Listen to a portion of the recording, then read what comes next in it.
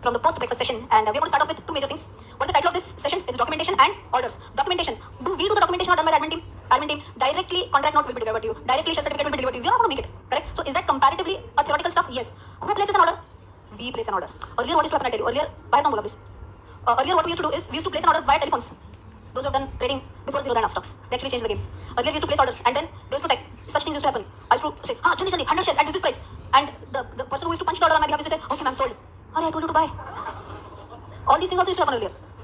Okay, but now, because of all these, discount brokers, now we are responsible for our mistakes. Even we can do that mistake instead of buying, galti se we hit the sell button. Possible, but then it's on us. So now we have to know about what are the different types of orders. We have to know which types of orders are to be executed at what point in time. Everything we should know properly. Okay, so we are going to do the orders part a little bit more in detail. Documentation part a little bit. We'll go ahead. Okay.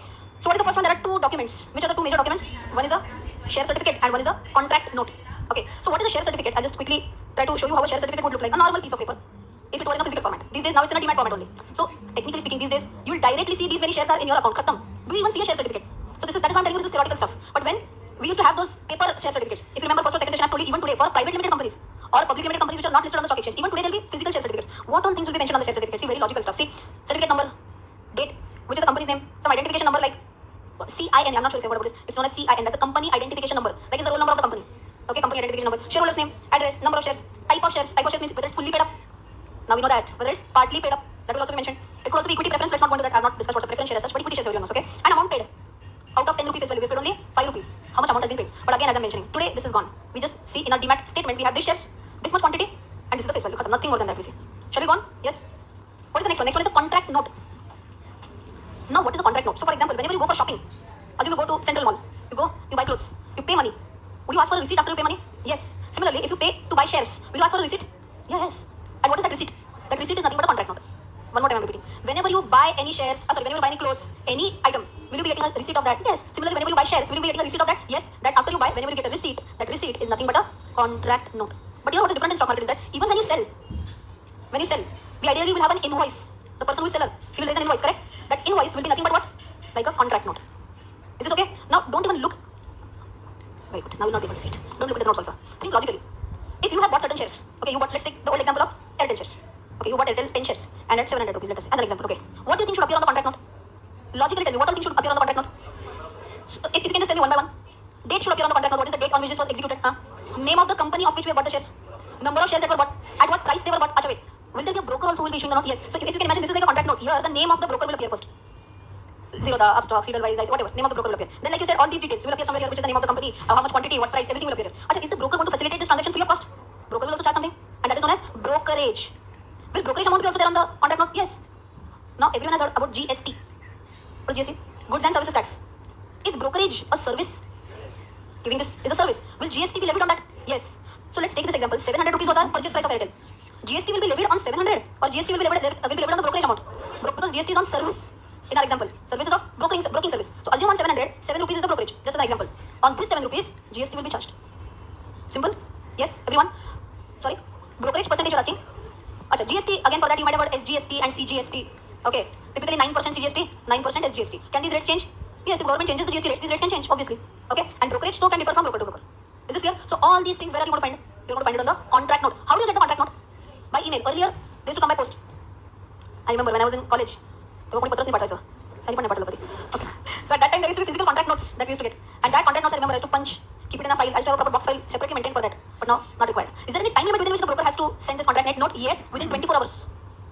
So generally these days, these big brokers will send you contract notes before you sleep also. Before 10 at night, 11 at night, you'll generally get your contract note. Okay, so in simple words, what is the contract note? It's a receipt. And all these details will be mentioned here. Achha, if you remember trade date, T-date. Trade date will also be mentioned and settlement date. Settlement date will also be mentioned. What is settlement date? T+2. What if there is a Sunday in between? Then it will get settled on Monday. What if there is a Saturday in between? So let's take an example. Trade date is on Friday. When will the settlement day be? In simple words, Saturday, Sunday, दोनों ignore करना है या only Sunday ignore? Saturday, Sunday both are ignored in T+2 calculation. Friday working for settlement. Okay, so if you are taking a trade on Friday, that is T. Monday is T+1, Tuesday is T+2. So your settlement will happen on a Tuesday. Saturday, Sunday, chutti for settlement. Is this also clear? Yes. Now if I go to what are the different charges, or see on the contract note what all things are written. See, client code, of course my name will be written. Everyone, those who are trading already, there is a client code for everyone. Okay, that depends on broker to broker, whatever, alphanumerical, whatever. You'll have a roll number, you'll have a client code, account number, date. I in fact told you two types of dates on the contract note. Trade date, settlement date, both will be there. Type of transactions, whether you have bought it, whether you have sold it, that will also be there. Name of the company, in our example, Airtel shares. How much quantity to buy sell. Okay. Gross rate, trading rate. Achha, now what is this gross rate, trade price per unit and brokerage? So in simple words, assume you bought it at 700 and assume 7 rupees is the brokerage. What is your final gross stock price? 707. Wait. This is just plus brokerage. Now if you go to the next page, is it only brokerage that we have to pay? No. In fact, we talked about brokerage plus GST also. We talked about it. कहानी में खत्म नहीं हुई मेरे दोस्त. Now we come to STT. What is STT? Securities Transaction Tax. Again, how much percentage? What is that? It's charged on your contract note. Okay. मैं हम गलत charge नहीं करेंगे ना. It's entirely software driven. They will just see what is the buy price. All charges are automatically calculated. 0% chance of manual error. Earlier when contract note used to be prepared by hand, at that time, knowing all these things, cross checking was important. Now everything is computerized. So you just will see that this is there on your contract note. What is this? Securities Transaction Tax. Because you are transacting, you are going to collect additional tax. That is securities transaction tax. This is charged by whom? Government. So who is earning? Government. So when number of demat accounts rose during this pandemic, who is happy? Government. Why? They are going to collect more and more of STT. Who is also going to be happy? Broker. Why? They will generate more and more brokerage. Okay. Now who is the only crying phrase? Exchange. Exchange क्या बोल रहा है? Government is earning through securities transaction tax. Broker is earning brokerage. What about me?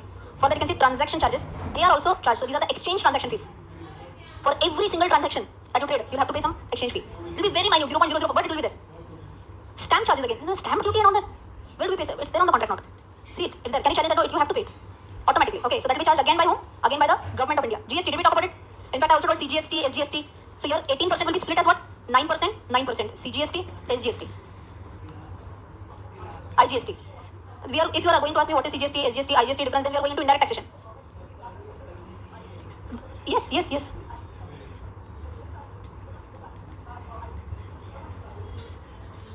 No, do you have an advanced brokerage plan? Okay, I'll tell you what is her question. She's saying that my brokerage amount is 0.01, but my GST amount is 0.06. And I'll tell you what happens. Typically, there are some brokers who will offer you certain schemes. If you trade in this month, brokerage is waived off till this much. But they can't put 0 on your contract note. They have to write something. That is why they write 0.01. But whenever we are talking about GST calculation, that will be on the ideal brokerage amount, not on the discount offered to you. So assume that the original brokerage would have been, let us say, 10, and on 10, let us say this is the amount, as an example. Even if on your contract note brokerage is shown as 0.01, the GST will be calculated on the ideal, whatever would have been the brokerage amount. But then again, why? That is GST Act, which tells to levy as per this thing. Is this okay? Yes? Chalo. Then we have a DP charge. DP charges here, you can see. Who is DP? Depository participant means, so again broker. So again DP is going to charge something. Then if you pledge the shares, okay, we're going to talk about pledging shares also. I talk about it right away also if you want. In Marathi we call it as gahan ठेवणे. Or I'm sure you might have heard about something like mortgage. Okay, but mortgage is generally for immovable property. House and all that. Correct? Land, house. For that we call it as mortgage. Whenever we are talking about movable property, we don't use the word mortgage. We use the word, there are multiple hypothecation, so many, but for shares we use the word pledge. Okay. What do we mean by pledge of shares? We keep those shares as a mortgage, and against that, can we get some margin money to be used? Yes. Okay, assume I have only 100 rupees right now, and I want to take a trade of 150. One more time. I have how much rupees? 100, and I want to take a trade of 150. From where will I get those additional 50? Mortgage the shares. And can I get an additional margin to be used? Additional money to be used, I'll get it. Is this free of cost or is the brokerage obviously going to charge you for that? Obviously it's going to charge you for that. Nothing comes free in the world. So if you pledge your shares, you might also get a pledging charge. Pledging charges can be there. Have you understood what is pledging? One more time quickly. Like you mortgage your house, you mortgage your shares. But we never say mortgaging shares. What do we use? Pledging the shares. Fair enough? Can we go on?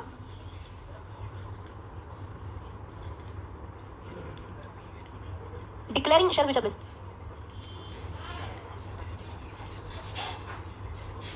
Okay.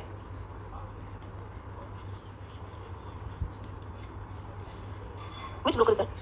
Motilal Oswal. He's saying that whenever he trades during the day, for the final amount, he gets a message, do you want to pledge your shares, yes or no? Is that a question? Yes. But, I mean, I use Zerodha. Zerodha doesn't ask that question every single time. Do you want to pledge your shares, yes or no? If that be the case, if you say yes, I would want to pledge the shares instead, what will happen, tell me? Okay, your shares will be pledged, money will be paid against your shares, but then you'll have to pay pledging charges. So it's not a good practice to pledge your shares every single time. Once in a blue moon, it's okay. I don't have money right now. I'll be getting it in 2-3 days and I'll just leave it. But taking pledge every single now and then should be avoided. Okay? AMC is what? Annual maintenance charges. See, like every bank also charges this, right? Annual maintenance charges. Similarly, every broker is also going to charge you an annual maintenance charge. And next one is off-market charges. Someone in the break was asking me that I have an account with Upstocks. Who was that? I have an account with Upstocks. And I want to transfer all my shares to Zerodha. Can I do that? Yes. That is known as what? Off-market transfer. Shifting your shares from one account to another account. Again, is the broker going to be very kind to you free of cost? No. What will you have to bear? You have to bear the transfer charges. Okay. See, I believe we should know about all these charges. That is the only intention of me discussing this in the class. Is this fair enough? Yes? See, I'll tell you all the discount. His question is which is the cheapest broker? Okay, ideally, what is happening? I'll tell you. The first broker which was the cheapest broker was Zerodha. Zerodha came up with the concept of discount brokerage. And this concept was inspired from a US stock broker which is Robinhood. So in US, this concept of discount broking came up when if you are taking a delivery of shares, no need to pay any brokerage. That when I heard about this for the first time, I was like, ye pakka fraud hai. Because I was not able to digest this fact. But as and how I dug down more into this, I said, this is possible, okay. So Zerodha started this trend. Then a bunch of brokers, including Upstocks, or now almost everyone, even a company like, Angel Broking. I guess there's something like Angel One, if I'm not mistaken. Right? That is the discount broking arm. So full service brokers. Achha, two names, by the way. Discount broker, full service broker. Discount broker will give you cheap brokerage, very less brokerage. But then you will not get a lot of services from these brokers. Okay, no research calls, nothing. Even if you want to place a trade, you have to place it by yourself. You can't call anyone and say, "Hey, buy pro," not possible. But if you're having a full service broker, the name itself says full service. All services will be provided. But then is that person going to charge you more brokerage? Yes. Okay, so Zero has started with this discount broking theme. Many other brokers joined in the league, and now you know what is happening. Frankly, some person says 0.2 brokerage, other will say 0.15, other one will say 0.10, 0.05, but they'll adjust it in some other charges also. So giving you one full correct answer for that is very difficult for me right now. But I can say Zero, the upstocks, other discount brokers more or less similar. Hardly 19 का फर्क है. Okay. Huh. How do we unblock those? Okay, so he's asking, how do I pledge the shares and how do I unpledge my shares? So it's a simple thing. If you're again, every broker might have a different platform, a different interface. I don't know about each and every broker, right? I can tell you for Zerodha for sure. So for Zerodha, you get a separate tab only if you want to pledge the shares. And if you go to console, in console you will see that you will see a lock in front of that. And if you see a lock, it means they are pledged shares. Simple. And if you want to unblock it, again you click on that and it's just go to unlock. Or there might be some other word instead of unlock, whatever. I can't remember the exact word right now. You can unpledge the shares also. Yes, absolutely. The amount adjustments, the share adjustments will be done. In fact, if you want to know more about this, I've just told you the meaning of that. But if you want to know detailed way, how to pledge shares, what are the charges involved, what is the solution? Tell me. Pledging of shares. I've done a separate YouTube video on that. Wherein I've told you step by step how to pledge shares. Okay, and if it is already there, then I don't think it makes sense again repeating the same thing over and over again. So everyone take this additional homework. Pledging of shares. Rachna Ranade. Yes, already is there now. Time is specified. His question is time specified on the share certificate and contract note. Time is not specified on the share certificate. Time is specified on the contract note though. So she says that if I pledge the shares, is it mandatory that I have to use that amount? Not really. Obviously. She's saying I pledge the shares, I don't use the amount. But now I have to unpledge it. No, but I have to sell it now. Need I unpledge it first? Obviously yes. You will not be able to sell unless and until you unpledge it. It's as good as to lock करून टाकलेगा. You put a lock, you need to unlock it first to sell. It's as good as say, you have at least applied for a loan, even if you haven't taken any loan. If you go to a loan, it's like a credit card, you know. You have taken a limit. You need to close it before you go further.